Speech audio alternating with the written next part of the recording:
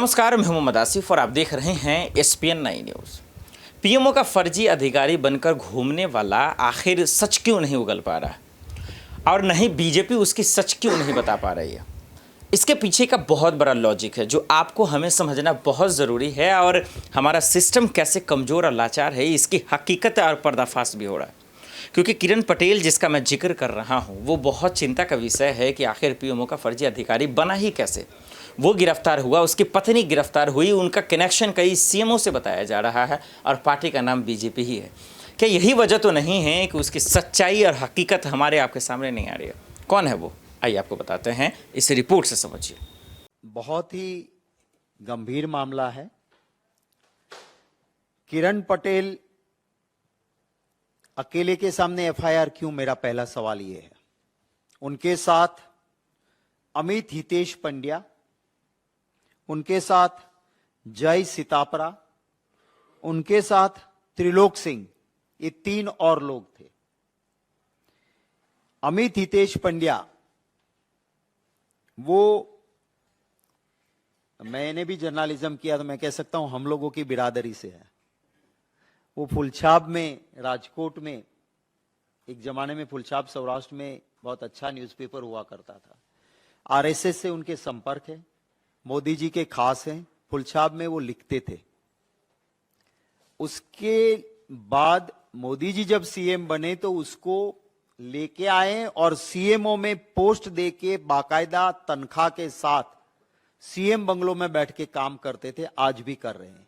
उनका बेटा है अमित पंड्या। कैसे साथ थे वहां। जय सीतापरा के कनेक्शन भी ऐसे ही है।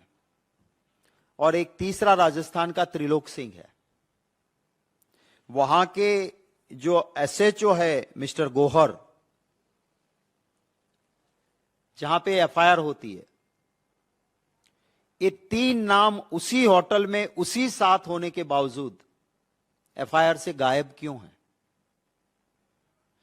क्या सिर्फ चीटिंग का केस बनता है?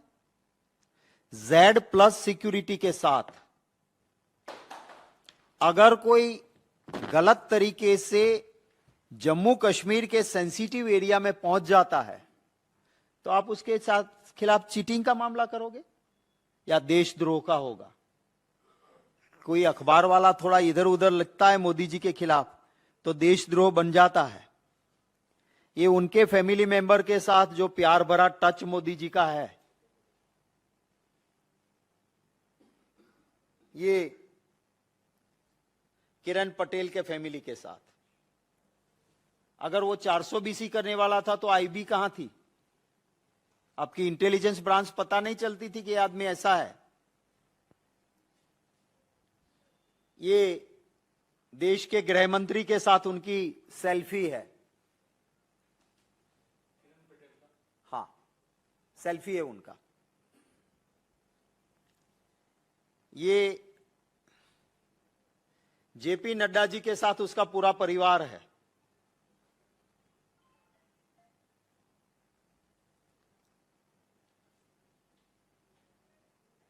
अब इससे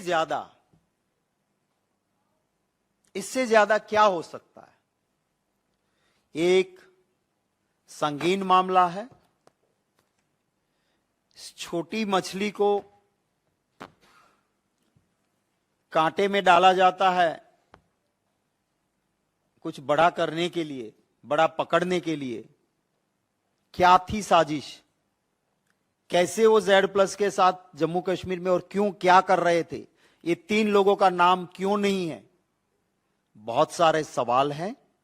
सिर्फ चीटिंग की एफआईआर करके इससे राष्ट्र की सुरक्षा के साथ ये खिलवाड़ है और इसको हल्के से सरकार लेके या मीडिया में भी जिस तरह से बहुत हल्के से इसको लिया जा रहा है, ऐसी छोटी बात नहीं है। मैं उम्मीद करता हूं कि कभी ना कभी इसका बड़ा सच जरूर बाहर आएगा। आपने देखा रिपोर्ट में, रिपोर्ट से आपने समझा होगा कि इसका कहाँ कहाँ कनेक्शन है, इसके कहाँ कहाँ लिंक है, कैसे ये दादागिरी दिखा रहा था और कितने लोगों को अब तक ये धोखा दिया है। इसी से आप अंदाजा लगाइए कि कितना बड़ा ये फर्जीवाड़ा कर चुका है, और वो भी न्यू इंडिया में। यानी अमित शाह चाणक्य के कानून व्यवस्था से खिलवाड़, ये बहुत बड़ा सवाल खड़ा करता है। इसके बावजूद गोदी मीडिया में चुप है, इसके बावजूद मीडिया इंडस्ट्री में इसको लेकर चर्चा नहीं है। तो लाजमी है, ये बड़े सवाल है कि आखिर ऐसा हो ही क्यों रहा। एक और रिपोर्ट देखिए, समझिए कि मोदी सरकार इसको बचाने पे मजबूर क्यों हो रही है। Z+ सिक्योरिटी का अर्थ क्या है? 55 लोग आपको मिलते हैं Z+ सिक्योरिटी में, 55। इसमें से 10 NSG कमांडो होते हैं, यह आपकी जानकारी के लिए बता दूं। 10 आर्म्ड स्टैटिक गार्ड्स होते हैं, 6 PSOs राउंड द क्लॉक मिलते हैं, 24 सिपाही मिलते हैं, 2 एस्कॉर्ट्स राउंड द क्लॉक जो गाड़ी आगे चलती, 5 वॉचर्स जो निगरानी रखने के लिए 2 शिफ्ट्स में 5 मिलते हैं, 1 इंस्पेक्टर या सब इंस्पेक्टर, 6 फ्रिस्किंग और स्क्रीनिंग पर्सनल, जो कोई भी मिलने जाएगा इस भाई साहब से, इनसे जो कि अपने आप को PMO का बताते हैं, उनकी फ्रिस्किंग करेगा कि कहीं वो वेपन तो नहीं ले जा रहे या कोई ऐसा हथियार तो नहीं ले जा रहे। 6 round the clock trained drivers, 5 bullet proof vehicles, 5 bullet proof vehicles.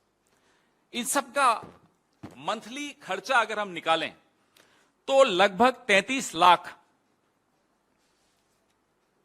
और ये Z+ सिक्योरिटी आज की तारीख में इस देश के 40 लोगों को मिली। ये महत्वपूर्ण तथ्य हैं जो आप सबको जानने चाहिए। आपको मालूम है कि किस किस से इन्होंने सिक्योरिटी वापस ले ली थी। हमारे कांग्रेस के भी कई नेता थे, उनसे Z+ वापस ले ली कि साहब आपको जरूरत नहीं है। अब हमें समझ में आ रहा है जरूरत किसको है, क्यों ली वापस।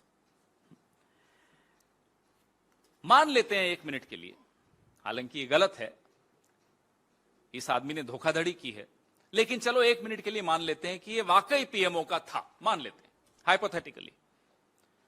क्या PMO के किसी भी अफसर को यूं इस तरह Z+ सिक्योरिटी मिल जाएगी या मिलनी चाहिए?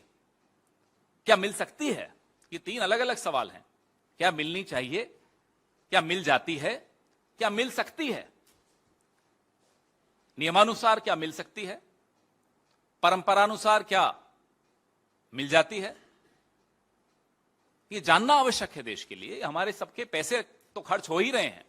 आप सोचिए किस तरह के व्यक्ति को यह सुरक्षा दी गई और किस स्तर से यह निर्देश आए, यह जानना बहुत आवश्यक है। क्योंकि जो आदमी सरेआम प्रधानमंत्री को धन्यवाद दे रहा है ट्विटर से, और उसका ट्विटर हमने सुना है कि इस देश में 24 घंटे सरकार का एक अंग काम करता है, सरकार का या रूलिंग पार्टी का, वो है IT। तो वो तो निगरानी रखते ही होंगे कि कौन प्रधानमंत्री के नाम से क्या कर रहा है। रखते क्या होंगे, रखते हैं।